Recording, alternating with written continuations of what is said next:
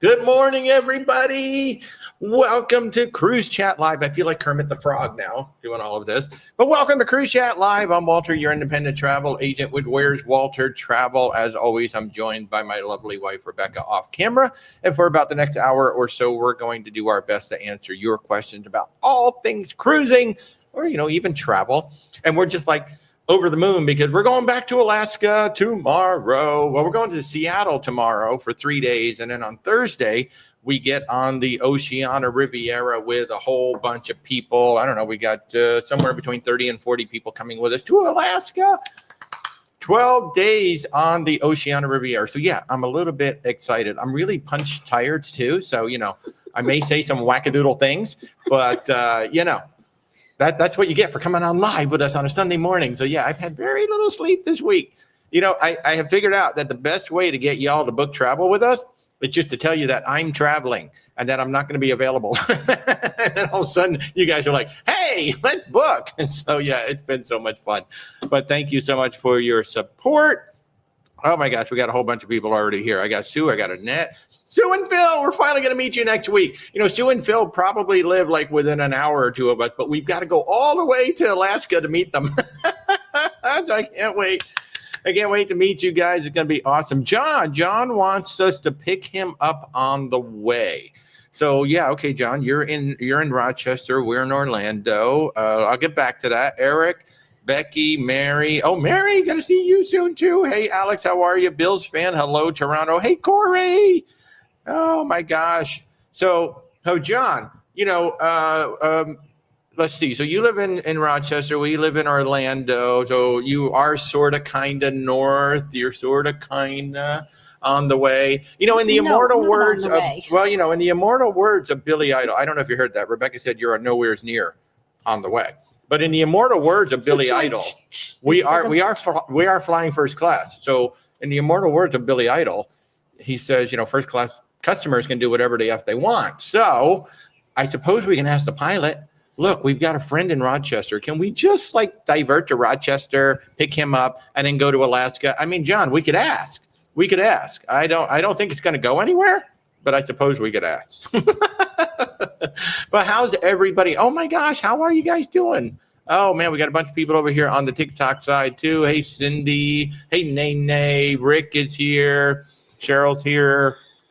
Mike's already got a question out there. Are there any great deals for Labor Day weekend? I have not looked specifically at the deals. I don't know that they would be published yet. Yeah, if you're talking about actually sailing on Labor Day weekend, I don't know of any. Still, the absolute best deals in cruising right now are still when the cruises come out. There are very, very limited, quote unquote deals at the ship. They would rather sail with the ships, less than completely full than to just suddenly discount like crazy and just throw you on the ship, believe it or not. I know at one time the ships only had to be about 35% full, 30 to 35% full to make a profit. So, but right now I don't know of any specific deals at all. So, Darla got back from your Explorer Journeys about a week and a half ago. You plan on booking again for next year, so you'll be reaching out soon to start the planning. Darla, Explorer Journeys, my goodness gracious. And by the way, Mike, you're asking, are there any deals out there? Explorer Journeys is still ridiculously priced right now. If you want to get an amazing luxury experience and you want to try out Explorer Journeys, this is the time to do it because the prices are already going up, and at some point, they're going to get up there to Silver Sea Regent territory because that's the kind of service that they are delivering. So, by the way, I already see that we have a note from TikTok that some comments have been filtered. If you are trying to ask us a question about our good friends at Virgin Voyages, please do not use the word Virgin.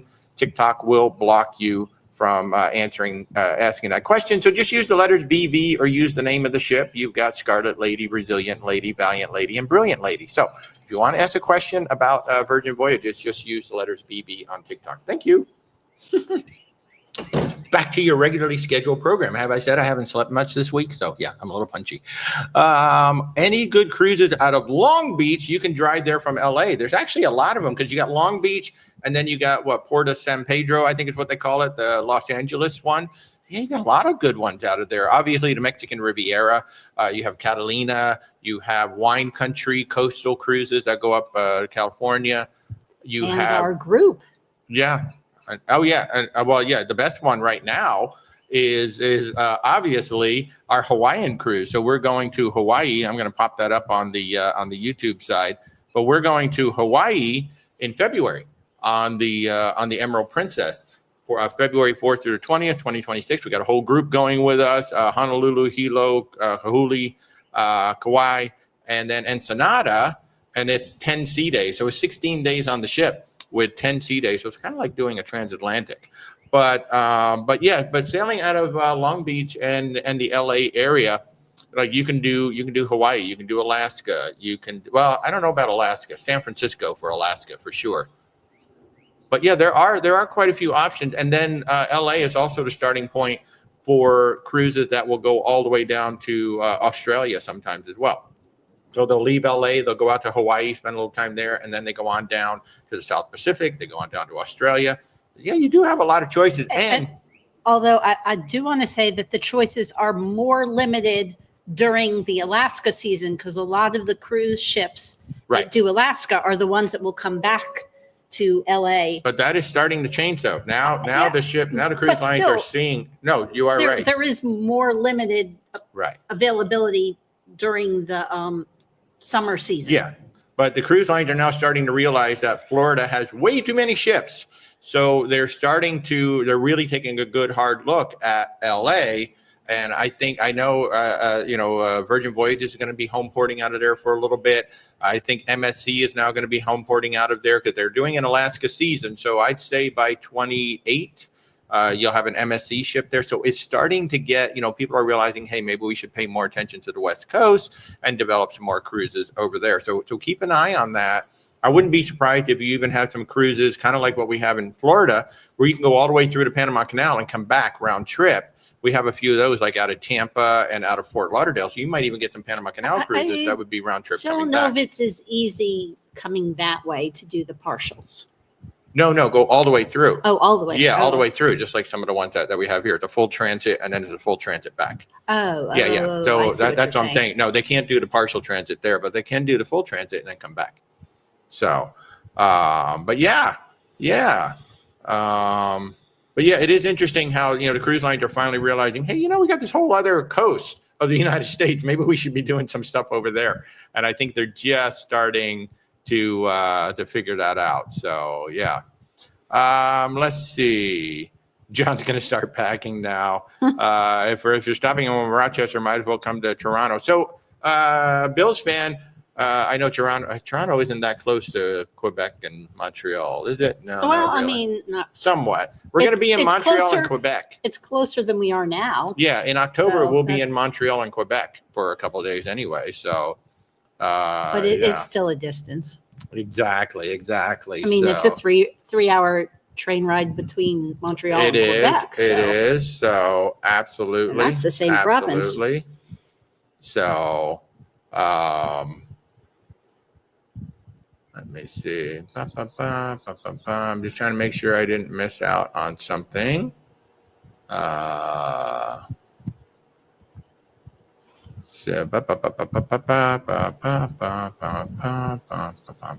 we go. Got it. Let's see. Bananarama just got off the NCL major cutbacks. Which ship? I'd be interested to see what ship you were on. We were just on what were we just on? Aqua. And I wouldn't say that there's more cutbacks than any other mainstream cruise line. No. In fact, we found the food was better. The entertainment was better than we're used to. We found out that the room was great. room steward was great. And actually, the More at Sea drink package impressed me. I didn't think the More at Sea drink package was going to be as good. I thought it was better. I will say I have free heard at sea. from wine drinkers that they are not happy. Right, if you're a wine drinker. That the wines offered, if you're a particular, sort of wine drinker, that wines offered on the More at Sea are less than satisfactory. Yeah. I'm not much of a drinker, so I don't know, but. Right. So Alex wants to know the big question, and I have not posted a video about this because it's just, it took me a little while just to wrap my head around what's really going on with Carnival. Alex wants to know what are my thoughts on the Carnival rewards. That is certainly a pay-to-play system. Well, first of all, let me say this. It doesn't roll out for a year. Carnival was absolutely anticipating, I don't know if they were anticipating this much feedback right away, but they were definitely anticipating that there are going to be changes based on input. And in fact, our Carnival reps reached out to us and said, would you please take a look at the system, take a look at the plan and send us your feedback. So absolutely expect that what they rolled out is not exactly what's going to be the finished product. But clearly they are moving into a pay-to-play model now. The biggest issue that I have with it, I have no problem with resetting the board. I have no problem with saying that you need to take a certain number of cruises over a certain number of years to maintain your status. I got no problem with those two things. I hate that part. I know. But it is a valid point that, look, if you're not going to come on the ship for like 5-6 years.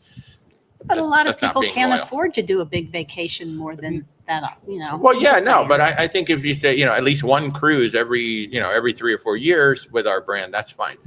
But the fact that they're going to reset it every 2 years, and the fact that they've set dollar amounts, like you need to spend this much in order to maintain your status, that's the part that I really don't like. So basically, I read a Forbes magazine article where they said it would cost you about $34,000 every 2 years to maintain diamond status. That is the top level. That's a big ask, of those people, because what the system is really doing, it's really a Carnival loop. They're basically trapping you into the brand and saying, you got to keep selling this brand, because if you don't keep selling this brand, you're going to lose everything. And it really keeps you from going out and exploring the rest of the cruise industry, which, Rebecca and I have never been a fan of anybody's loyalty program. I don't care if it's Royal Caribbean, if it's Norwegian, if it's Princess, whoever it is. We've never bought into that, because when you look at the perks that you're getting, unless there's a discount on the cruise, and a lot of times it really isn't, unless you're really getting good discounts on a cruise, really the perks that they're giving you, the monetary perks are so inconsequential that if you just simply paid for them on every single cruise versus spending, say $30,000, $40,000, $50,000, $75,000, dollars to get to these things, to me, I would rather explore as many cruise ships as I can versus being loyal to any one single brand. That's just us. I mean, I know a lot of people really, really love the whole loyalty thing, the whole loyal to royal thing. They've got that built up. But so the only thing that I will say is that the Carnival plan is going to change between now and when it rolls out. I mean, I would give them about 3 months to take in all this feedback. What I really don't like is there is a lot of angry stuff being directed at specific people, such as John Heald, such as Lee, your cruise director. I know people, I've seen reports of people yelling at crew on the ships. It's like, they have nothing to do with this. Well, even the people that have something to do with it, it's no reason to yell at them. Mm-hmm. It's like, let them figure this out. They rolled this thing out. Obviously, if they really wanted to push this thing out today, they would have just said, hey, starting next month, this is what's going to happen. But no, they said it's going to happen in a year. That is the nice thing. Most cruise lines, when they've changed their loyalty programs, it's changed. Boom. It's just done. So what I would say for the moment is relax about certainly give feedback. If you're going to complain to Carnival, write to them and give them constructive feedback. Don't just say, this is the worst thing, how dare you. Tell them, this, like one of the big things that I suggested was, why are you sticking to the 3 tiers? You're still trying to cram everybody into 3 tiers. And that's the problem. That's what, precipitated all of this. We've got way too many people in Diamond. They're sailing some ships with like a quarter to a third to even on some of those journeys, like half full of Diamond. And when you have that many Diamond passengers on a ship, nobody gets really anything that they're expecting. So what I said was you should have a minimum of 5. Because to build loyalty, those are badges of honor. Like when you get to Diamond, when you get to Pinnacle, when you get to whatever, quadruple, ruby, whatever, I don't know. That's like a badge of honor, right? Oh, I am the top of the thing. Sequin unicorn. I know they could do a unicorn. That'd be awesome. I would totally strive for unicorn. But what they really, they need more tiers. And they need to make it progressively harder to get. So Diamond, okay, you establish what Diamond is. So what's after Diamond, and then what's after that? Make those progressively harder, because then people will strive to get those just because that's a badge of honor. And I also said you should have 2 or 3 more tiers waiting in the wing. So if you fill that up, I mean, Disney's a perfect example. Disney had too many people at the top, and they just said, you know what, we're going to make another top. Now we got Pearl. Okay, so now you got to get it's like 50 cruises or 100 cruises to get the Pearl. It's like, okay, and now they have a much smaller top tier. So first of all, I really hope that Carnival will go back and revisit just the 3 tiers. They need more tiers to spread people out. I thought it was. So, I thought it was 4. 3. Oh. 3 right now. So that's a big thing. So that's my biggest takeaway right now on the Carnival rewards is give constructive feedback. Don't just say I hate this thing. Just say I don't like the new program. Here are my suggestions for what I would like to see, especially if you're a Diamond customer. I mean, you really should be filling it out. Filling out some information, but give them constructive feedback. Don't just yell. When you just yell, it falls on deaf ears. They just kind of file it off to the side. But if you actually give constructive feedback, that can make it up the chain. So just like, with Carnival reaching out to the travel agents or give us some feedback. And I did. I wrote like 3 pages of stuff and said, here you go. Here's all my thoughts. And so, yeah. So we'll just see what happens. It kind of makes me glad that any status we've gotten on a cruise line is purely accidental. It's just because we happen to like that cruise line more, so we cruise them more. But we've never tried to get to a new level. Yeah, that's just us. It's accidental. We have, right from the get-go, it's been almost 20 years now. And right from the start, we've never concentrated. I mean, we started with Princess just because Rebecca loved the Love Boat. So we had to start with Princess, and we loved Princess. I also liked the product that they had. Yeah, we really liked the product. But after 3 cruises, we're like, okay, what else is out there? And we went over to Celebrity, and then we've been on Carnival, and we've been on Royal, we've been on 13 cruise lines now. And that to me is a lot of fun. We've never had a bad cruise. We've enjoyed some more than others, but we've never had a bad cruise. And it's just really interesting because, there's like all these things. If you took all these little things, you'd have the perfect cruise line. Take something from all 13 cruise lines, we would have the perfect cruise line. So I would just say, relax a little bit, give constructive feedback, and then give them time to figure it out, to take all this feedback in, and then let's see what they do. So, hey, Kurt, how you doing? Oh, you're up in Boston. That's awesome.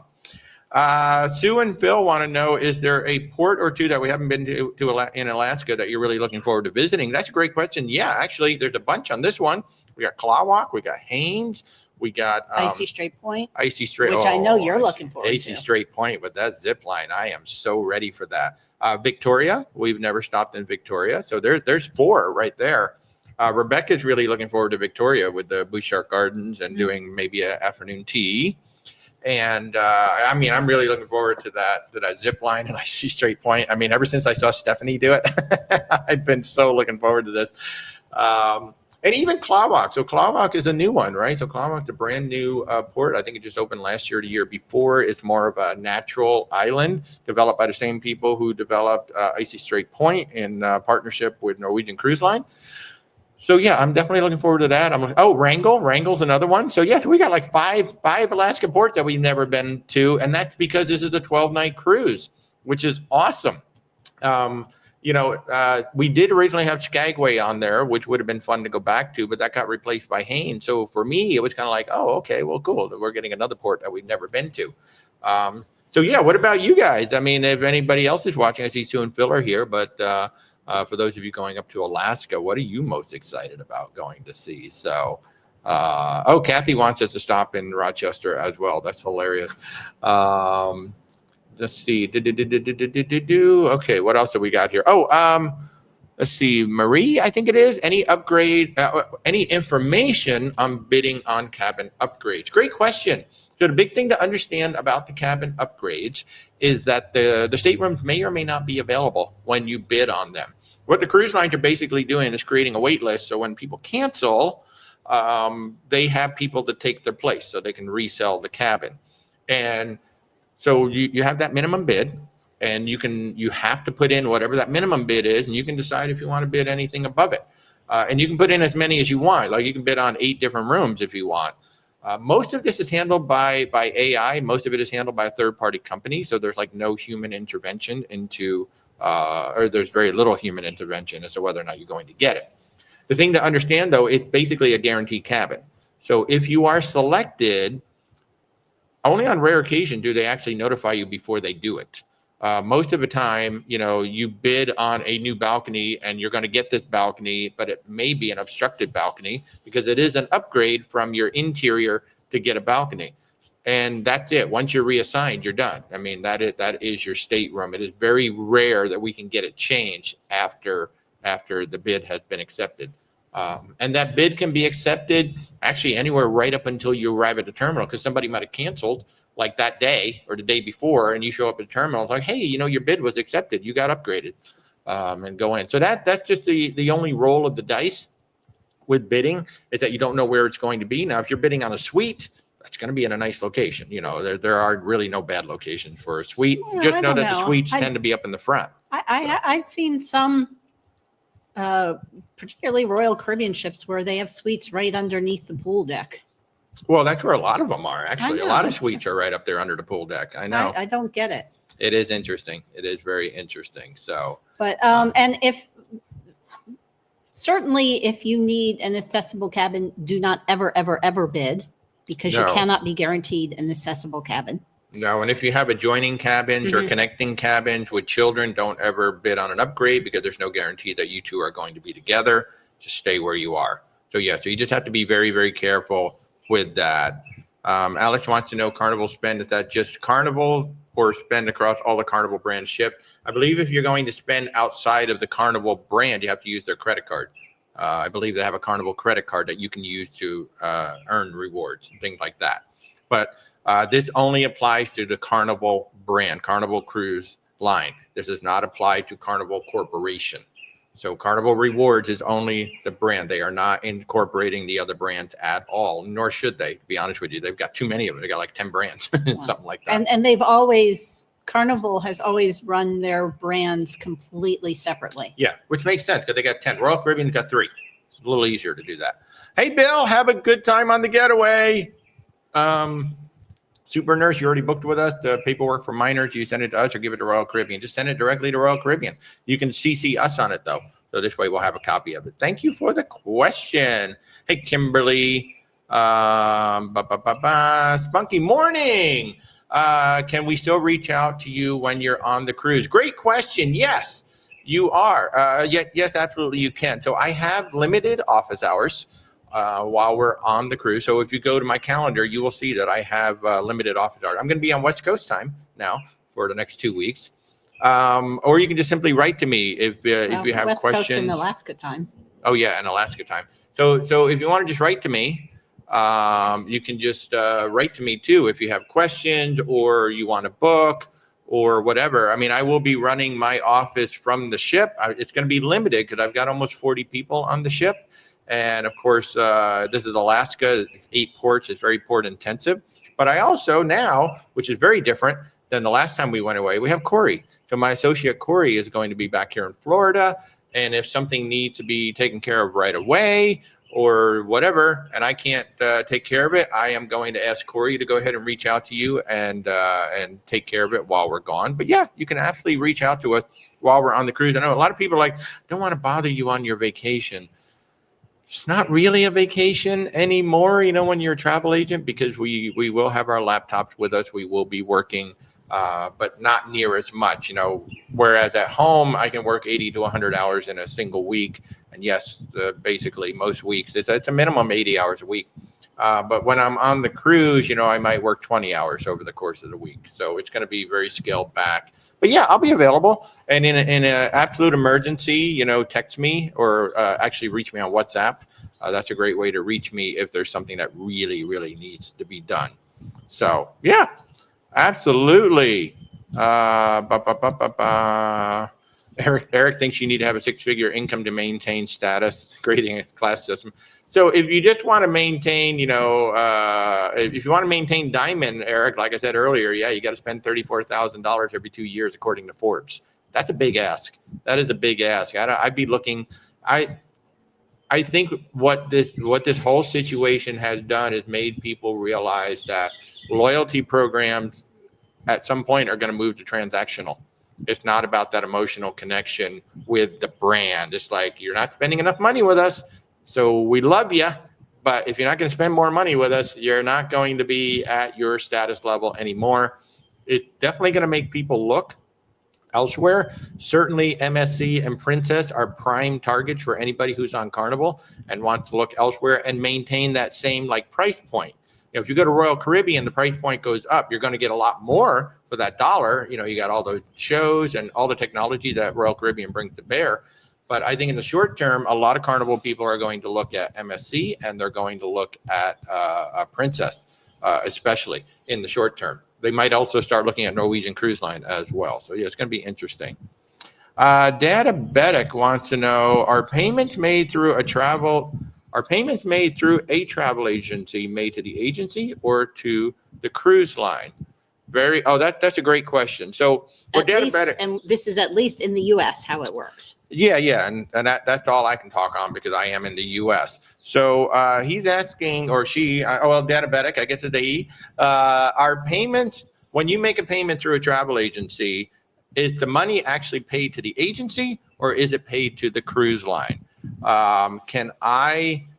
He's asking, can I book people on Carnival using my brand credit card to earn points? No. So when you book with a travel agent here in the United States, we do not collect any money whatsoever from the client.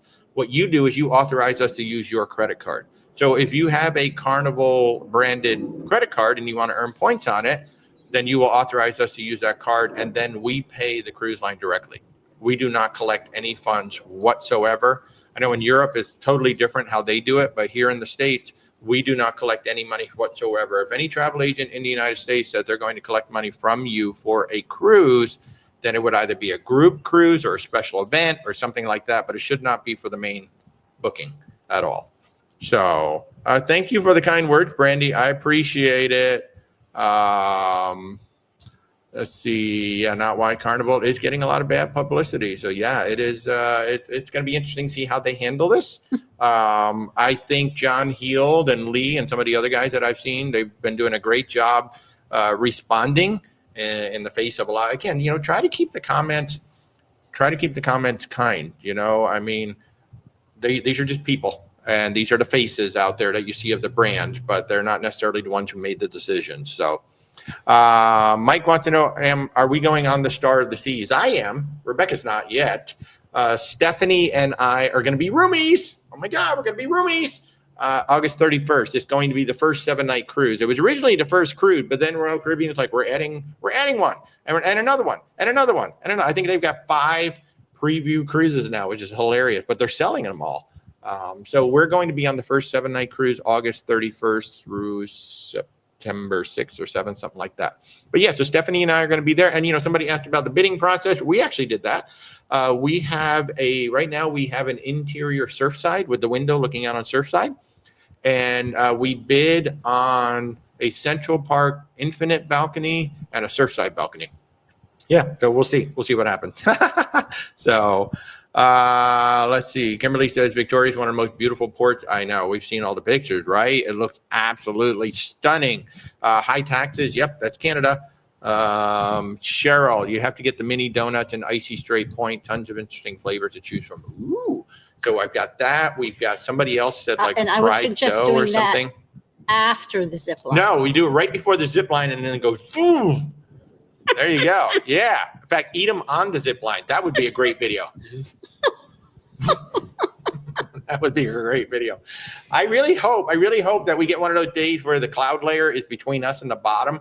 That looks frightening as all get out. But wow, like when you're at the top of the mountain, there's like a cloud layer below you. You can't see the bottom.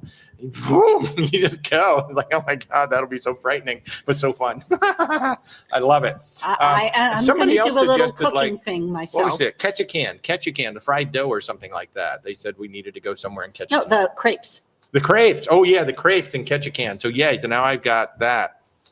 Kimberly says you can't choose the stateroom location. If you're talking about the bidding process, that is absolutely correct. You will be assigned a stateroom just like a guarantee. Brandy, I recommend using Walter to help plan your trip. Great communication, and he tries to get you the best deal. Why, thank you, Brandy. That is very kind. That is very kind of you. Alex wants to know on the bid upgrade, is the bid process for two, so a $100 bid means a $200 charge, except Virgin Voyages. That's a great point. Yes. All of the bidding that you see is usually per person. So when you see it's $200 for a bid and there's two of you in the stateroom, that's a $400 bid. So make sure frankly, even if there's one of you in this stateroom, it's probably going to be for the two people. Yeah. So read that carefully, especially if you're a solo traveler. They like to have a lot of fun and play games with that. So yes. Bill's fan, do I think with the cutbacks to services, room cleaning, customer rewards, and other cuts, you think there might ever be a cruise bubble? You mean a burst to the cruise bubble? I mean, since the restart, cruising has been white hot, right? A lot of people have been cruising and doing this and doing that. And before the restart, you could find last minute deals because the ships weren't full. I think at some point we're going to get back to that, where you can start to get some of these last minute deals and things like that, especially because we're building so many ships. There's so much more inventory that's being built. Will the cruise bubble ever burst?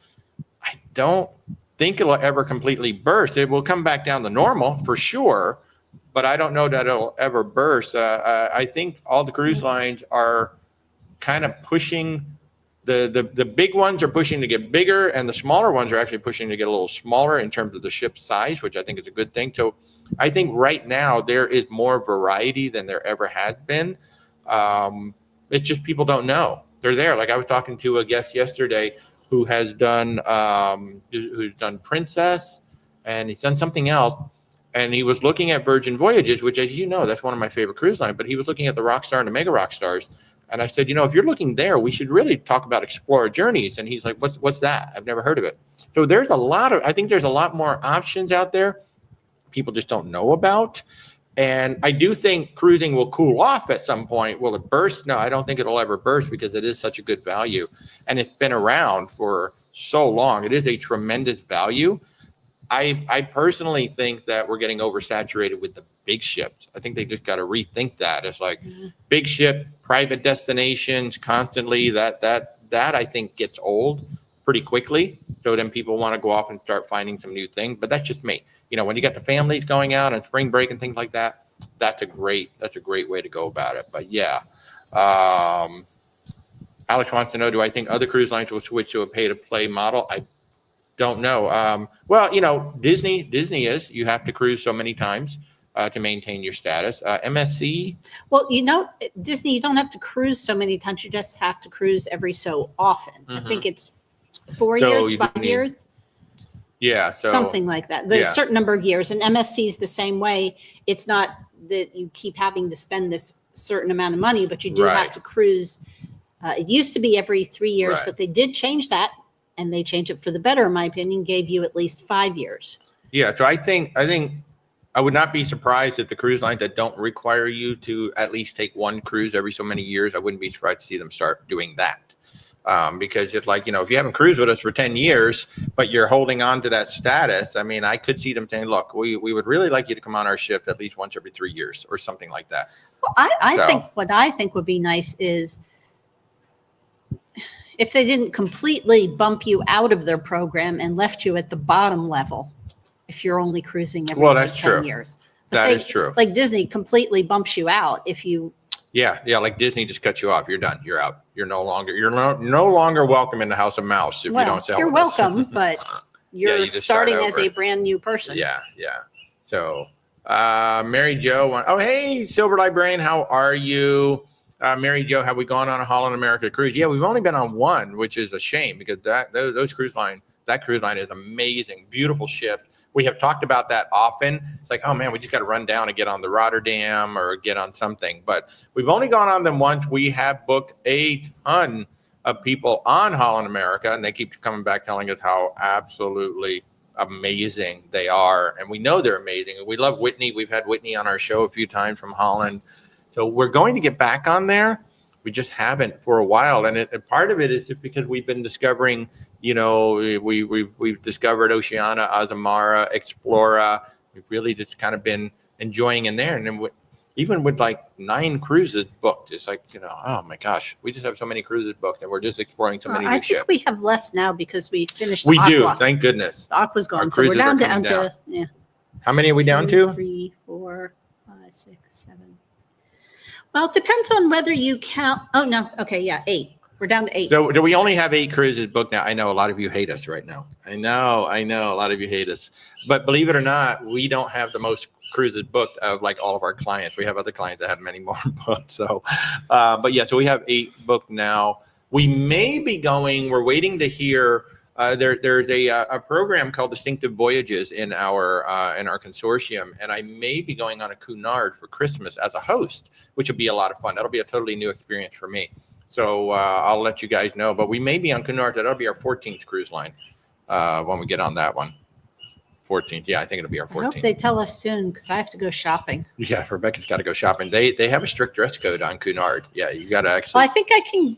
Come in. I think I have things that I can get away with for their casual, their quote unquote casual nights. Are there really salmon donuts? Are there really? Are you serious, John? John says there are salmon donuts in Alaska. You forgot the port that has them. Maybe we'll forget that port too, because I don't think I want salmon donuts. Has anybody had? Okay, there's a question. Has anybody had the salmon donuts in Alaska besides John? I think he's trying to trick me into eating them. I think that's what he's trying to do. Yeah. Oh, yeah. Okay. Cindy says, yes, I saw a video of the salmon donuts. Okay. Amazing Adventures. We actually just spent about 10 minutes talking about the Carnival Rewards program, so I'm not going to bore everybody who just listened through it. But the short end of it is send constructive feedback to Carnival. They've got 1 year until this thing launches. It will change based on the information that we got from our representative. They're going to take a lot of this feedback in and expect to see changes before it actually launches. But my biggest advice is don't just be angry at Carnival and tell them how bad it is. Send them constructive feedback on what you would like to see. And they are taking all of this in. And at some point, I would bet within the next 3 months, you'll see some sort of announcement that they're tweaking it and they're working on it. But before it launches next year, it will be tweaked. It will be modified. So I would just say sit back, try not to yell too much at all the folks who are the faces of Carnival. So, Aura, hope you can zip line in Icy Strait. It was closed due to high wind when you went in May, and that is the problem, right? You never know. Did you see? Was it Icy Strait where no? It was Juneau. Just a couple days ago, the Celebrity Edge broke free. Another ship broke free. They were like just floating down the bay. I heard it took something like 3 minutes for them to get the Edge powered back up so they could get everything, like get the thrusters and everything running again. But yeah, I mean, Alaska's going to do what Alaska's going to do. We know that. We know it might rain. It might in one single day. It could be sunshine, sleet, snow, rain, hail, sunshine again. I mean, that's a day in Alaska. You never know. So you got to be prepared. So we are prepared. We got our 3-in-1 jacket. We've got, it's going to be as low as maybe touching the 40s at night, maybe mid 60s during the day. So, I'm ready. I'm ready to go. And it may even just be in the 50s during the day. So I'm ready. I got it. Actually, I want to get my winter hat just in case it's that cold. Like if I go to the top of the mountain, it could be cold up there. So yeah, I'm going to bring my winter hat. So yeah, so I'm hoping it's going to be open. But when you go to Alaska, you are just, you never know. You got to be ready. You got to be ready. Let's see. Someone's asking what a 3-in-1 jacket is. I'll be right there. SL from Scotland. Hello, Scotland. I love that you join us every Sunday morning. High levels of loyalty programs seem very expensive to attain. For the most part, they are. And rightfully so, right? If you're going to get to a high level, they should make you earn your way there. But as I highlighted, the benefits are likely to be small. If I was asked to pick the best loyalty program, is there one you'd choose? Oh, that's a good one. That is a good one. I'll be very honest. I have not seen a loyalty well, actually, okay, I will give you one. That's an interesting one. MSC. Why do I think MSCs is a good one? Because they give you a 5 to 10% discount on your very first cruise if you status match in. If you have status with another cruise line, MSC is a great one. And I think after your first cruise, you actually start getting the 5% off or something like that. So MSC gives you a real discount. Carnival's, that VIFP program, the way it was, I don't know what's going to happen under Carnival Reward, but under the VIFP, it would open up, depending on your status. When I opened up a Carnival booking, I might see five promotions or 3 promotions. And then once I entered your VIFP, I might see 12. So Carnival was very good about giving you a lot more offers. I don't think any one of them is really worth what they think they are. I mean, the whole idea is to trap you in the ecosystem. Royal Caribbean is nice in the fact that you can now be status matched across the 3 brands, right? So you've got Celebrity, Royal Caribbean, and Silversea, soon to be Celebrity Rivers. So, and we don't know 100% if you're going to status match into the Rivers. I expect you will, because I think that's the whole point of the Celebrity Rivers, is to introduce you there. But if you really, really enjoy a cruise product and you're going to keep going, then just stay with that. But I honestly really can't offer much advice about the loyalty program because I don't pay a whole lot of attention to them. Yeah, it's like if we get to a new level, some new things, bonus. But we've never really concentrated on it. So a 3-in-1 jacket. What is a 3-in-1 jacket? Great question. Ours happen to be from LL Bean, but Columbia makes them. I think North Face makes them.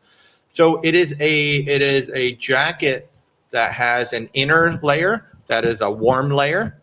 It has an outer layer, an outer shell that is a windbreaker and a rain slicker. So it's waterproof. Well, water resistant. Yeah, water resistant. So you can zip the 2 layers together. And when you zip the 2 layers together, you have basically a winter coat. But then you can unzip, so you just have a rain slicker windbreaker, or you just have that warmer. Usually it looks almost like a down jacket kind of a thing on the inside. Sometimes it's a vest. And sometimes it can be fleece, but it depends on the brand. But the inner layer is the warm layer. The outer layer is the windbreaker / rain slicker. And so instead of bringing like multiple jackets with us to Alaska, we just bring that one. And depending on the day, or even during the day, we can take the jacket apart. Like if we're getting too warm, we can take the jacket apart. And if we just need the rain slicker, we just need the inside. So that's the 3-in-1 jacket. And we highly recommend them for Alaska. We use LL Bean just for ours, but that's what we did when we went to Alaska the first time in 2008. We were there for 14 days. And that was the only jacket we took with us. We didn't have to worry about having a light jacket if it's cooler or warmer, and then a heavier jacket if it's cooler. We just had one jacket, and either we put them together or we take them apart. So they're really great. They're really great. Brandy, another vote for the Alaska Crip Company. You better believe it. I'm going to eat my way through Alaska. Yes. Going to go see some lumberjacks and then eat some crepes. Ooh, lumberjacks. We are so ready for the lumberjack show. Gary Bembridge is like, you got to do the lumberjack show. And if Gary Bembridge says you got to do something, then you really got to go do it. And I've got my red flannel shirt. I'm ready to sing the song. I'm a lumberjack and I'm okay. I sleep all night and I work all day. Hey, he's a lumberjack and he's okay. Never mind. I hope you all were singing that backup part while I did that. But I'm like so ready. I got my red flannel. I am so ready to go. I'm so excited. Yeah, Barb is saying that if Carnival would change it to 3 years instead of 2, I mean, that's probably something that they are looking at, give you 3 years to earn rather than 2. I really think you're going to see some sort of a tweak in there, but I don't know. I'm hoping. So Silver Librarian, I think, hits the nail on the head, what most people are thinking.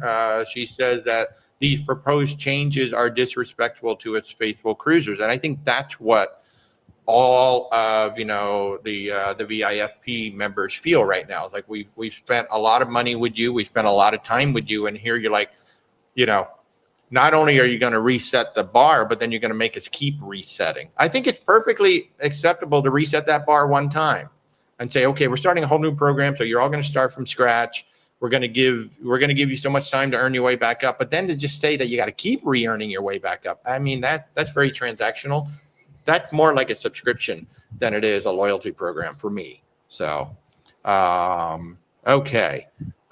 Jellyfish, donuts, and Ketchikan. Thanks, Eric. You did have to tell me where it was. I don't know. Maybe I'll eat one. Oh, Ketchikan, we're going to the crepe place. So sorry. We are, but why? What one place to eat in Ketchikan? Are you freaking kidding me? We're in Ketchikan for quite a few hours. So, yeah. Betty says Land's End has the 3-in-1. Yeah, as far as I know, like if you want a 3-in-1 jacket, we got LL Bean, Land's End, Columbia. I know makes them first. North Face makes them. I'm sure some people have knockoffs too. Yeah. I'm sure if you go on Amazon, you'll find 100,000 of them. But for something like that, I like to stick with a brand that I actually know, like one of those outdoor brands. I think is what you should do. Peyton wants to know: do I need the money up front to book with us? You just have to pay that deposit. Whatever the policy is of the travel partner, that's what you have to pay. As a travel advisor, we can often hold the vacation for anywhere from 48 hours to 7 days, depending on the travel partner. So if it's a situation where, we're pretty sure we want to book, but we don't want to lose the special that's happening right now, I can put a room on hold. And some of the cruise partners and travel partners have a 48-hour window. Some of them have a 7-day window. And the advantage of that is that I booked you and I've locked your price in. But if you change your mind, then we just simply cancel. But yeah, all of our travel partners require a deposit up front. And if we're past the final payment date, then you have to make the full payment at the time, within 24 hours of the booking, or sometimes at the time of the booking. So yep. It's not our terms and conditions in terms of payment. It is whoever the travel partner is that we have to follow along. Yep. Peggy, how are you? You'd love to join a group cruise. You have a 19-year-old, and it would be me, your husband, and grandma. Why not? You should. I mean, if you want to come join us, we've got 5 or 6 of them currently on our website, where'swaltertravel.com. Just group travel. Just click on there. You'll see a bunch of them in there. And and then other than that, I mean, you just kind of have to look around at the groups. We only sell the groups that either we're doing or Tony and Jenny at La Lita Loca. Now we've got the Cruise Monkeys, got one of their groups up there. So we have some groups. I can tell you that our next group is going to be a Christmas market cruise in 2027. We're just waiting for Alma and Avalon to drop their schedules, and then we're going to go ahead and set that up. But yeah, I think it'd be a lot of fun for you guys to go on a group. It's kind of nice. They're small, they're big. Like Tony's is around 220 people on the Norwegian Jewel, and then we've got like 30 or 40 going up to Alaska with us. We had, I think, only 14. That was a nice small group on the Aqua. That was a really nice group, actually. It was a nice small group. We all got together a lot, but that was a lot of fun. But yeah, going on a group cruise is fun because you're going on with, a group of people. So you've got kind of like this ready-made ecosystem, but it's not like you're joined at the hip for the entire cruise. You can do as much as you want with the group. When we did the Margaritaville at Sea, we had almost 200 people on that one. And we did literally have events scheduled every single day, but not everybody came to it. The biggest attended event was the vow renewal. And then, of course, the last event where we gave away 2 cruises. Of course, everybody came to that one because you had to be there in order to win. But yeah, you should. You really should. I think it would be a lot of fun. Do I recommend a heated vest for Alaska? Oh, that's a good question. It depends on how cold you get. So and what you're doing. Yeah, if what you're doing glacier things, yeah, maybe. You might. So what I definitely recommend, like if your extremities get cold, like my hands and my toes get cold pretty easily. So what I have gotten in the past is those chemical warmers. You know, you like smack the bag and then it warms up and you slip it in your gloves or you slip it in your shoes. I have done that in the past. And now they have rechargeable ones too. Yep, they have rechargeable ones. So if your extremities get cold, I would certainly consider something like that to keep yourself warm. The heated vest, a friend of mine has one. He goes to Green Bay football games, so he has one. But I don't know that you would necessarily need it like that. That's a pretty good investment. If you're going to use it elsewhere, sure. But if it's only for Alaska, I probably wouldn't. I mean, I'd do that 3-in-1 jacket. Layers is the big thing in Alaska.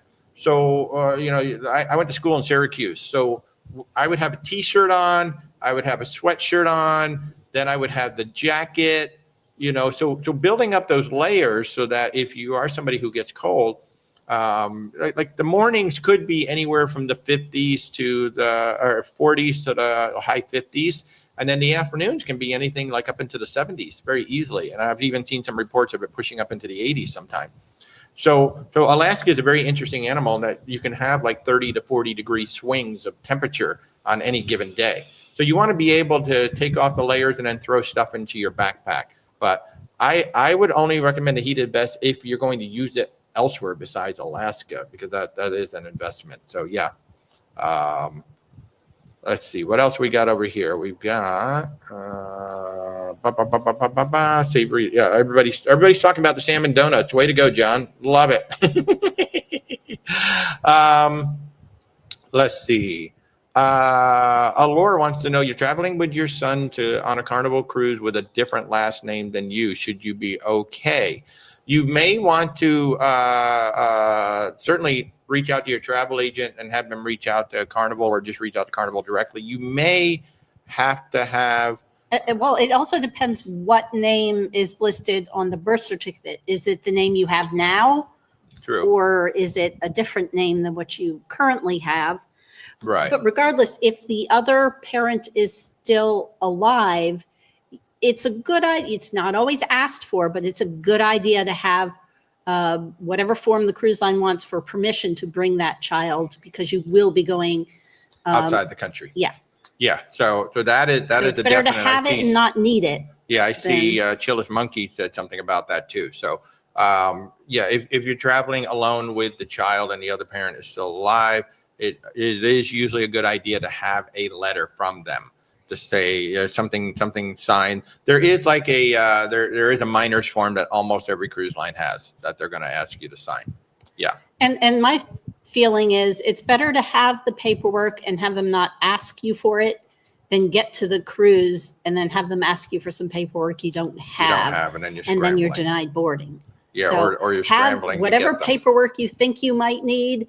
Yeah. If it's showing name changes, showing marriages, showing divorces, whatever it's showing. Yeah. Bring whatever you think could be necessary, because if they want it and you don't have it, you're out of luck. Yeah. Here's a great question from Super Nurse. Should you wait until you have paid for your cruise, the airline, and the excursion before getting travel insurance? That's a great question. So with travel insurance, with many of the policies, if you want to have pre-existing conditions covered, if you have any sort of pre-existing medical condition, most of these policies are going to require you to buy the policy within a certain time frame of making the deposit. In the case of Allianz Travel Insurance, which is the one that we personally use, and it's the only one that we sell or that we offer to our clients, that's 14 days. So when you make that deposit, you now have a 14-day clock to purchase the insurance if you are concerned about pre-existing conditions. If you're not, You can purchase it anytime up until final payment. Now, the thing about that is, like, could you ask the question about, well, what about the airlines? What about the excursions? What about everything else that I'm paying for? We can actually modify the policy. So you can get it within 14 days. And then as we go down the line, you get your flights, you book your hotel, you got your excursions. Like, okay, Walter, I want to add another $2,500 of coverage to my policy. I just change your policy and you pay the difference, and it's all good. So that is one of the great things about getting your insurance through a third-party company. Now, not all of them do it that way. Not all of them are that easy. But I can just tell you from the Allianz standpoint, literally, I don't even have to call Allianz. All I have to do is just go in and change the dollar amount and then tell you, okay, it's an extra $50 for that much coverage, and then you pay that $50. So it's up to you. If you don't mind, if you don't care about pre-existing conditions, you can wait. But if there's a chance that there's any pre-existing conditions in any member of your party, then you should get it within the time frame that the insurance company requires to get that and covered. I will say, one of the things that I read that I guess shouldn't have surprised me, but kind of did, is if you are on blood pressure medication, which a lot of people are, and something heart related happens to you, that's considered, even if it's well controlled with your medication, that's still considered a pre-existing condition. And there's tons of people on blood pressure medication. Yeah, so even that's considered. So, I mean, even just things that you would say, oh, that's not a pre-existing condition. It could be. And just remember, a pre-existing condition is going to be an out for the insurance company. So if they're like, oh, that is a pre-existing condition, so we don't have to cover whatever just happened to you. So with us, I mean, we now have annual insurance that does have that coverage in there. But whenever we booked a cruise, man, we booked it right away. So there's no chance that the cruise, that the insurance company can come back and go, oh, that's a pre-existing condition, we're not going to cover your claim. And I'm a big old klutz, so yeah, so she is a big klutz. So yeah, insurance because So Betty is asking if Trafalgar has been a guest on our show. A great question. They were scheduled to be on the show, and then it got canceled. It's an interesting thing. Trafalgar is part of a bigger company. There's like 6 travel brands all underneath there, and I had her scheduled to come on the show, and then she had to cancel, and we just haven't had a chance to reschedule. And that company now just announced a change, so now I have to see if everything's still the same or if we're going to be making some changes. But yeah, I do want to get Trafalgar and some of my other land tour partners to come on to the show. Plus, I'm working on getting the rivers to come on to the show. I haven't had enough of the river partners. So, and if you don't know what I'm talking about, most Thursday nights at 8 p.m. Eastern time, I do a 1-hour live show when I have a travel partner. If you go to our YouTube channel, I think there's like 150 of these shows now that we've done over the past 2 years. With all of the major cruise lines have been there, and now I'm working on except for Disney and Viking because they can't. But yeah, so if you're interested in ever seeing, like, talking to the travel partners directly, check out our YouTube channel. And if there's a show coming on Thursday night, then you can see it. Who knows? Maybe I'll get a chance to do something while on the ship with Oceania, one of those folks. You know, never know. I might be able to get one of them to come by. It's a long time to ask while they're working. Yeah. So Celeste said there's no way that she can do status on Delta and Carnival at the same time. I mean, yeah, I know it's a lot, right, to keep up status on all these people. That's why I've just really never paid attention to it. It's just too much. I just want to go on cruises. I just want to go on cruises, and I want to go on cruise ships. And at this point now, the itineraries are really starting to become important to me. You know, I want to go do the itineraries. That's why with this Christmas market cruise, it's probably going to be 10 to 14 days, which is longer than, it's probably not going to be 14 days. It's probably going to be more like 10. I mean, I suppose it could be. But, it depends on the cruise line we pick. Yeah. And we're for that one, you know, we are picking the one we want to go on. You know, when you plan group cruises, you're supposed to plan it around, well, which one's going to get the most bookings, which one's going to make you the most commission, which one's going to, but you know, at this stage, I'm like, let's go on the one we want to go on. And if folks want to come join us, because I know there's going to be some folks that want to come join us. And if folks want to come join us, you will come join us. And then if this one doesn't work for you, well, we've got about 500 other Christmas market cruises that we can put you on. So yeah. Let's see, Annette, how far in advance of a cruise should you book your airfare and the hotel? Great question, Annette. Airline schedules come up about 9 to 10 months out. So about 9 to 10 months before you're ready to depart. That's when the flights will come up. I definitely recommend booking your flights as close to that point as possible. Well, or at least start tracking the prices at that point. The prices. And then if you see a trend where it's starting to go up. Yeah, quickly book it. And then the hotels usually come up about a year, sometimes a little bit more than a year out. You can get your hotels. Depends on the hotel. So, that's quite often very much hotel individual dependent. Exactly. So, but in general, about a year out, you can get your hotels. Like a big outlier like Disneyland. The Disneyland hotels. Here we are. It is coming up on the end of June, and 2026 is not out yet. Zippo. No inventory for 26 yet, which is insane that we're halfway through the year and we can't even book anything over there yet. But in general, we're chomping at the bit. Yeah, we're ready to book. But in general, it's going to be about a year out. You can book your hotels. Yep. Great question. Hey, Donna, how are you? Good to see you. Mimi, speaking of travel insurance, you booked so far in advance that you could not sign up for the insurance. Am I okay now to get it now for a trip in 2026? Well, that's interesting.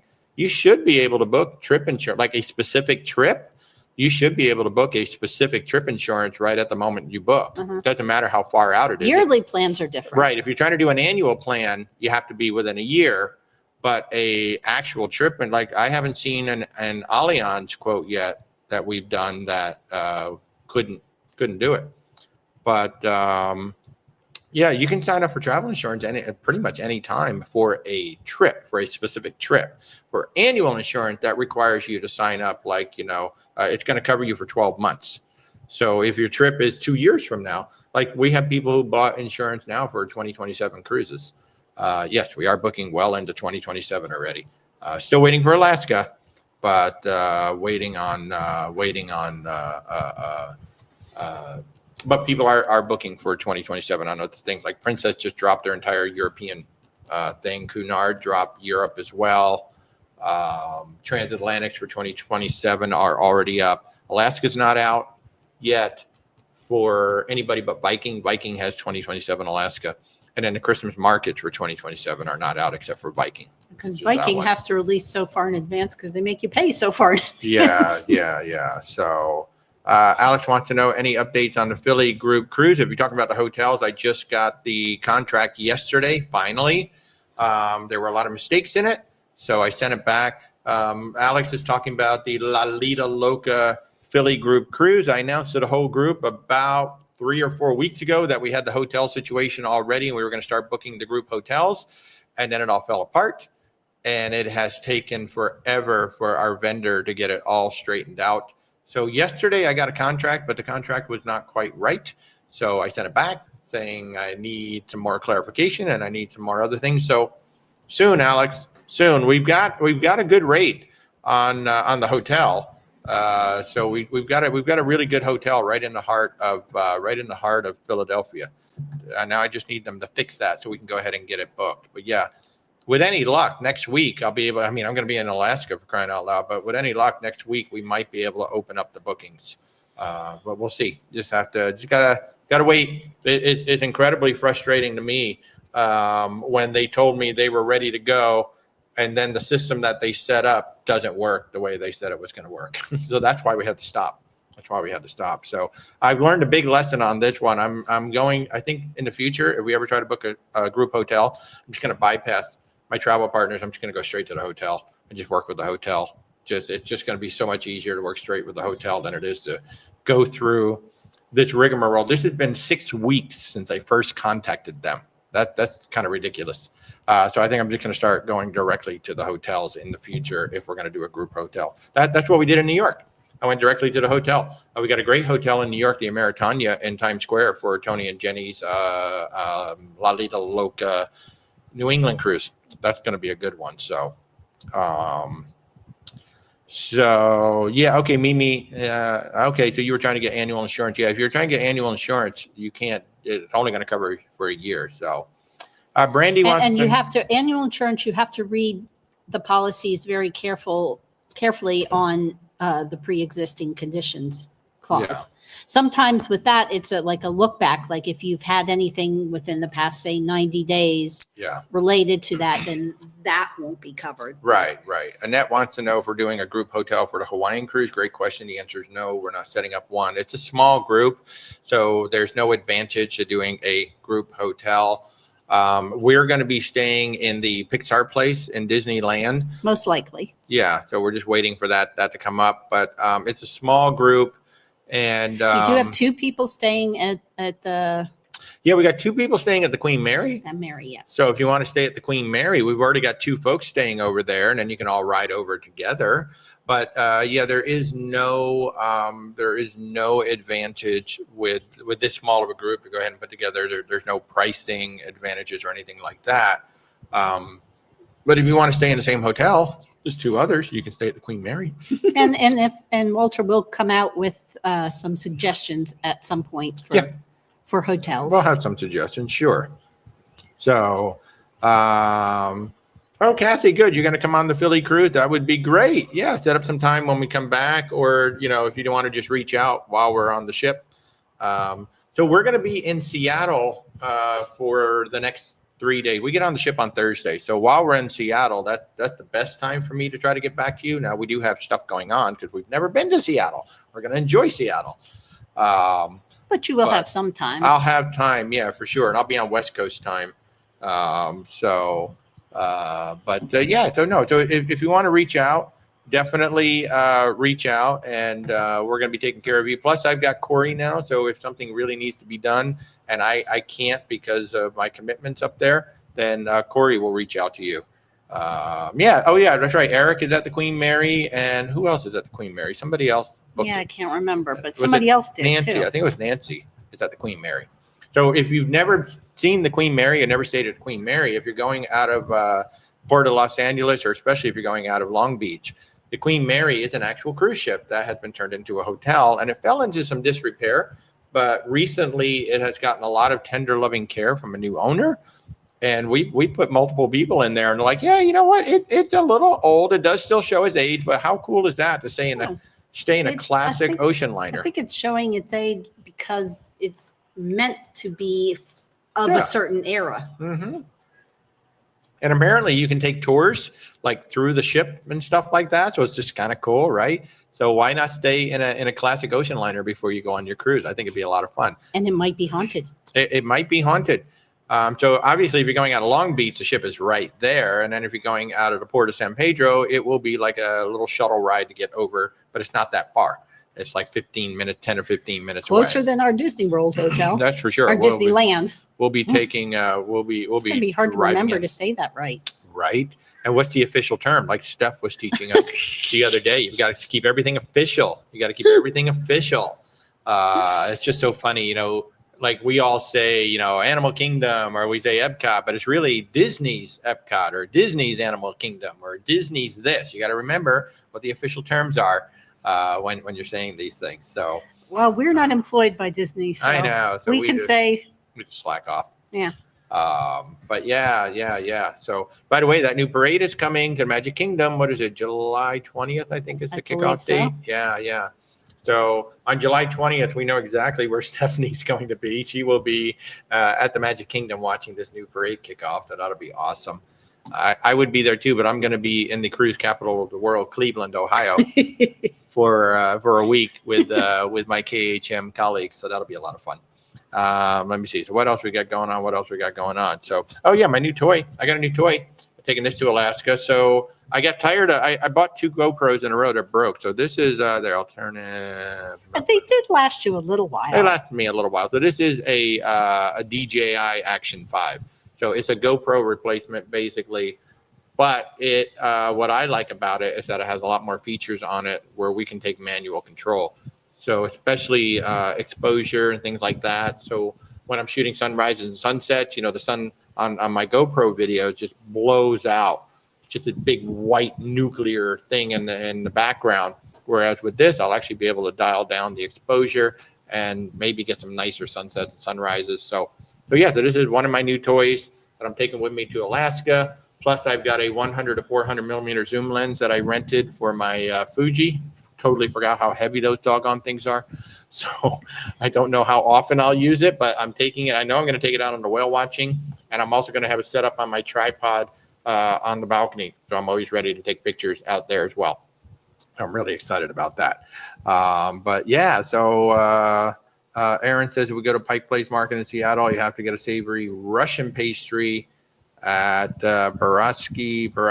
So I can tell you we're doing a food tour in Pike Place Market, and I'm doing a coffee tour.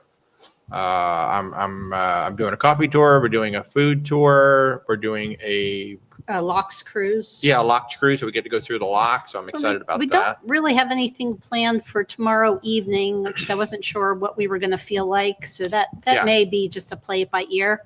Might be. And then I'm looking at one of those underground tours too. Then Tuesday evening we don't have anything planned, but I think we'll do something. Yeah, we're not really sure. And then a bunch of our folks are going to be in on Wednesday night, so we may just kind of like do a little pre-group dinner with whoever's in town that day. So we got a little WhatsApp chat going with everybody. So yeah, that's going to be the thing. Yeah, Annette staying at the Queen Mary sounds wonderful, right? Wouldn't that be fun if we weren't staying at Pixar Place before the cruise? In Hawaii, we would probably stay at the Queen Mary for a night, but we're going to be at Pixar Place spending probably 3 nights, maybe 4 nights, 3 days at Disneyland. I'm really excited about that. We would stay at the Grand Californian, but we need to pay our bills. Well, they have to see what the prices are. Yeah, I got to see what the prices are. I mean, I'm not hopeful, but you never know. Yeah. Hey, Colette, how are you? You're going to be there Wednesday. Good. Yeah, I think quite a few people are coming in on Wednesday. And y'all are going to be somewhat close to the hotel that we're staying at. It's interesting. I hope everybody stayed close to the right pier because there's 2 piers in Seattle, and Norwegian Cruise Line, all of their cruise ships go out of a different one. And our hotel is like, I don't even think it's a mile from the pier. We're like so freaking close. I'm so excited. So we could almost walk to the pier, almost. Except for the luggage. Except for the luggage. Yeah, we're going to have very heavy luggage. Yeah, Rebecca would hurt herself between the hotel and the ship. So yeah. But other than that, and I'm really excited. You know, we watched one of those ship tours last night of the Oceania Riviera, and I'm just so excited because it's our first time on that class of ship. We've been on the small one, the Oceania Serena. Absolutely loved it, and I'm really excited to be on the larger version of that. And see what this is all about. And they have a bocce court on top. Oh my gosh, if anybody in my group wants to play bocce, I am so ready to play bocce. Oh my gosh. Donna, you're so ready. I'm telling you, we're so ready. Everybody is so ready for these cruises. Oh my God, I am so excited to go. Darla wants to know with all the changing. Okay. Oh, this is a really good question from Darla. With all the changing visa and other paperwork requirements with international travel, will we provide help with that info to your client? So what we do, we cannot give you definitive information because it changes all the time. What we do is we can pull together resources and tell you where to go to get that information. But as a travel agent, I can't tell you in order to get into this country, you absolutely positively must have this thing, that thing, that thing, that thing. But what I will do is I will point you towards the resource, most often the State Department. Yeah, for U.S. citizens. Yeah, most often, like for a U.S. citizen, that would be the State Department. And it will give you the information there. Plus, we can go look at, usually it's like a tourism board or something like a State Department of that country that also gives information. But things are so fluid and changing so rapidly that we honestly just can't go, well, this is definitive. We can certainly help put together the resources so you can get that information. And sometimes, depending on the cruise line, they do have links to visa requirements, whatever. The cruise lines are getting good with that. And the biggest one that you really got to do, that you really got to look at now that we're seeing more and more, because people are starting to take, more interesting cruises, maybe some longer cruises, the blank pages on your passport. Yeah. There have been people who have been denied boarding because they don't have enough blank pages on their passport. In the case of the article that we saw, it was India that needed 10 pages just to go into India. But I just saw another. Well, I think it needed. They needed 10 pages or something like Yeah, that. yeah, but it was not necessarily just India. But one of our clients is booked on a cruise. I want to say it's Oceania, and we just got the letter from Oceania saying you need 3 pages for this country, you need 2 pages for that country, you need, and it was a total of 10 pages. They're like, make sure your clients have 10 blank pages on their passport before they come on the ship, or we're not going to be able to let them get on the ship. So you're like, oh, I got my passport, I'm good to go. You don't have enough blank pages, so something like that can trip you up. And apparently, even if you order, because you can order just additional pages, but sometimes that's not always accepted by individial countries. Right. But the interesting thing, if you are getting a new passport and you think you are going to travel to probably more far-flung places that might have this requirement, you can get the extended passport for no additional charge. So it gives you more pages. Yeah. So, I mean, why not just go ahead and order that, right? Just get the extended passport, whether you think you're going to need it or not, because then if you do need it, you don't have to get another one. But yeah, so I thought that was a very interesting thing. I would never even have thought of that you need additional pages. And you could be denied boarding just because your passport doesn't have enough blank pages. So it's not so much about the expiration date. Sometimes it's about, do you have enough pages to travel? So that's something new. And that's part of like being a travel agent, learning something new every single day. I don't think a day goes by that we don't learn something about one of our travel partners, about one of the countries, about something out there. It is hard to keep up with. Wow. Yeah. Just like it was funny. The morning we booked a cruise somebody was going to go to South Africa, like earlier in the day, I had signed an article that South Africa is thinking of starting an electronic visa waiver thing. And I didn't look at all the details. I'm like, oh, well, we don't really have anybody who goes to South Africa later that day, literally later that day. We booked it. Yeah. Yeah, we booked it. That was crazy. So, yeah. Super Nurse, is the card passport good as long as you're not going into international waters? That depends. That depends on Honestly, the price isn't that different. It much safer getting the cruise. It'll depend on the cruise line and the countries you're going to, but in general, probably not. Yeah, and international waters, if you're talking about going on a cruise, I mean, anytime you step on a cruise, you're going into international waters, unless you're going on American Cruise Line. That would be the only time. And even there, they may drift out into international waters. But, yeah, I can't give you a definitive answer on that because it still depends. Like some places will say the passport card will not work. Yeah, I think that those are supposed to be mainly good for just flying into Canada and Mexico. There you go.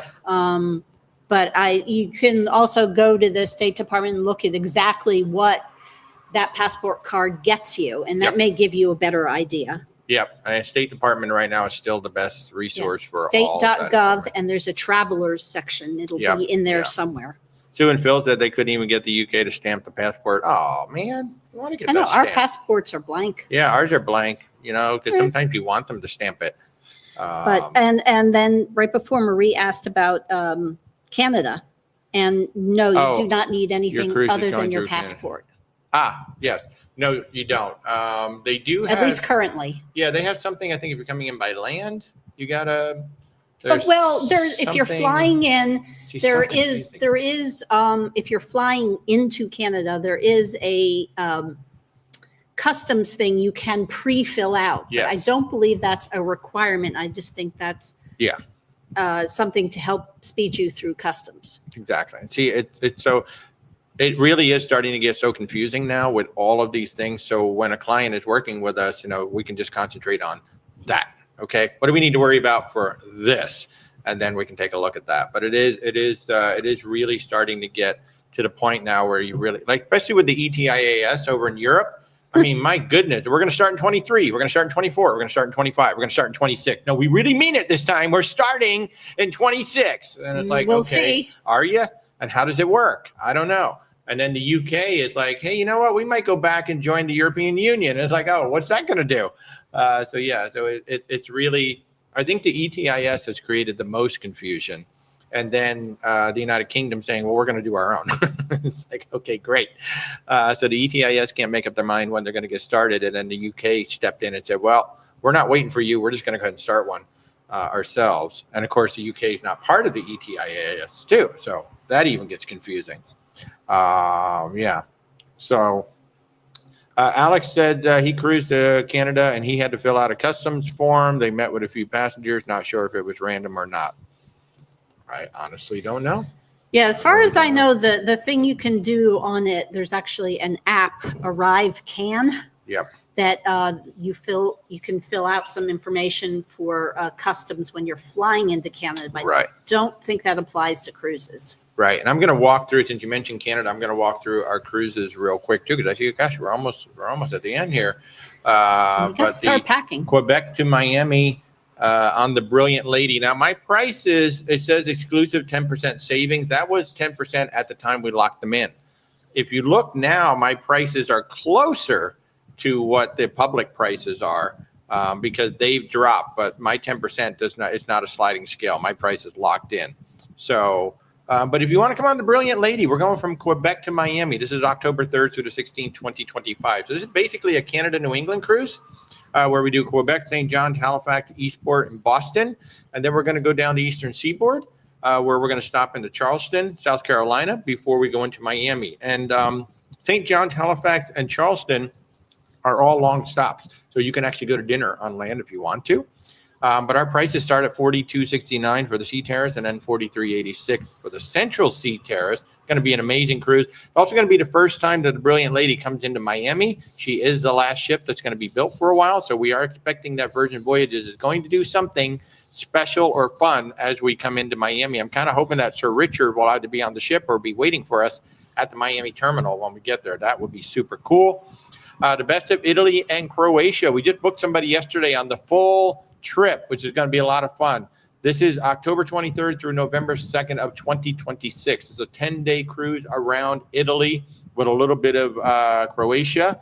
It's going to be Ravenna, Split, Dubrovnik, Kotor, Messina, Salerno, Portofino, La Spezia, and Civitavecchia. So that's going to be a 10-day cruise. And then if you want to stay on board, the next cruise, the back-to-back, is a 15-day transatlantic with 3 stops in Spain, 1 stop in Morocco, and 1 stop in San Martin. So it's a 15-day crossing to come all the way across to San Juan. That's what Rebecca and I are going to do. We're going to be on the ship for 25 days.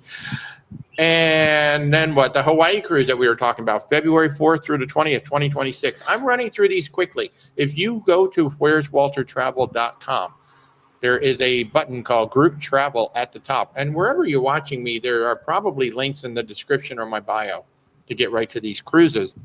But February 4th through the 20th, 2026, is a 16-day round trip from Los Angeles. We're going to be on the Emerald Princess. A few of the folks watching right now, they're going to be on the cruise with us. We leave LA, we go to Honolulu, Hilo, Kahului, Kauai. We have to stop in Ensenada, but there's 10 sea days. So like if you're somebody like, man, I always want to do a transatlantic, but I don't want to go one way. This is a round trip, essentially trans-Pacific, because we're going out and back with 10 sea days.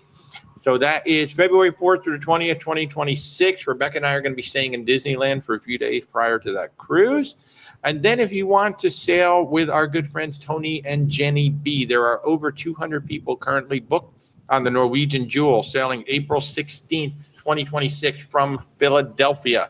Why are there so many people going on this one? Well, one is Tony and Jenny B, but 2, it's the very first cruise out of Philadelphia in something like 20 years. So it's going to be like a whole lot of fun. It's probably going to be a big cluster mess getting on, but it's going to be a whole lot of fun once we get on there and get to sail down the river. We're going to go under 2 bridges. It's going to be super cool. It's Philadelphia, Bermuda, and Charleston, South Carolina. So we're going to go to Charleston twice in like a matter of months, which is going to be awesome. April 16th to the 23rd, 2026, the La Lita Loca Philly Group Cruise. And if you would like to sail with Tony and Jenny B in New England, we have October 11th through the 18th, 2025 on the Enchanted Princess. This is round trip New York City. So you got Newport, Boston, Portland, St. John, and Halifax. You come back to New York. We do actually have a group hotel for that particular one in Times Square. October 11th through the 18th, 2025. Now, this is a port-intensive sailing, so there's probably only going to be an event with the group on the last day, certainly a check-in event, and then on the last day. And then Tony and Jenny have asked me to set up group dining the entire week. So if you want to sail with Tony and Jenny B, October 11th through the 18th, 2025. I haven't made a slide for the Cruise Monkeys, but the Cruise Monkeys, our newest travel partner, they are going out on the Queen Anne December 13th of 2026. It is a Christmas cruise over in Europe. It's out of Southampton, it's round trip Southampton. And it's in a wait list right now because they're keeping it small. So it's in a wait list right now. But if you want more information about that, where's Walter Travel Group Travel? Wow, that was a lot. And of course, if we can help you in any way with your travels, please do reach out.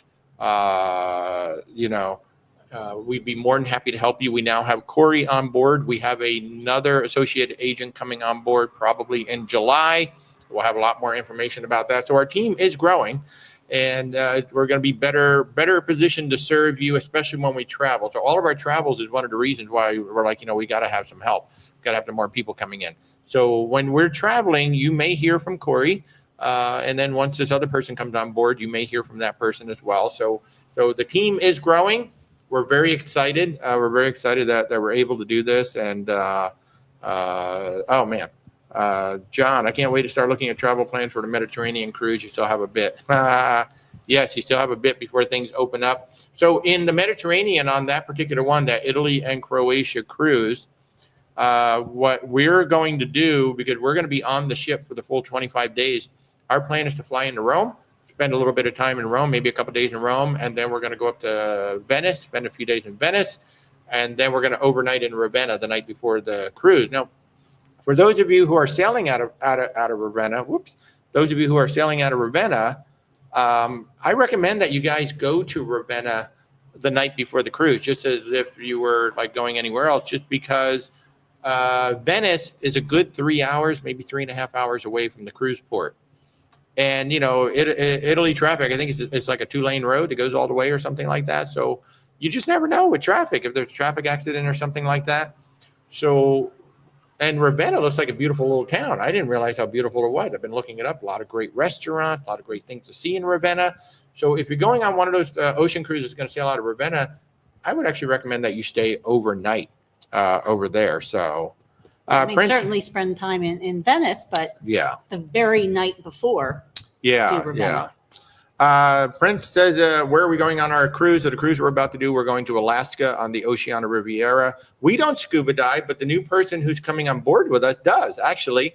And I think that's one of the things she's going to probably going to put together, maybe one group trip a year or something with diving. I would not be surprised if she does that. But she is, what is she called? She's called a master diver. Not a dive master, because I guess a dive master does training, but she's a master diver. So she'll be joining us soon. But so we're going to Alaska. We got 12 nights on the Oceania Riviera and 8 ports over that time. And our port stops are between 9 and 14 hours long. So yes, we got a lot of time to do up there. But yes, it's kind of funny that you brought up diving, because she will be, I would not be surprised if she puts together some group diving trips, and she is going to be our go-to person anytime somebody talks about things like that. So yeah, it's really cool that we are growing. Like one of the things that Corey is going to be doing a lot of is local outreach here in Central Florida. Because of social media, and all of you guys knowing me on social media, I'm more of a national brand than I am local. Like not a lot of people actually know me here in Central Florida, which is kind of funny. I meet a lot of you guys, but Corey's going to really be doing a lot of outreach in Central Florida, building up the brand here. And then I can't say her name yet, but when she comes on board, she'll probably have a somewhat of a specialization as well. But then we're all here to help each other. So yeah, so thank you, Kathy. Yeah, so we are growing. It is really exciting to see that we're now growing and building up.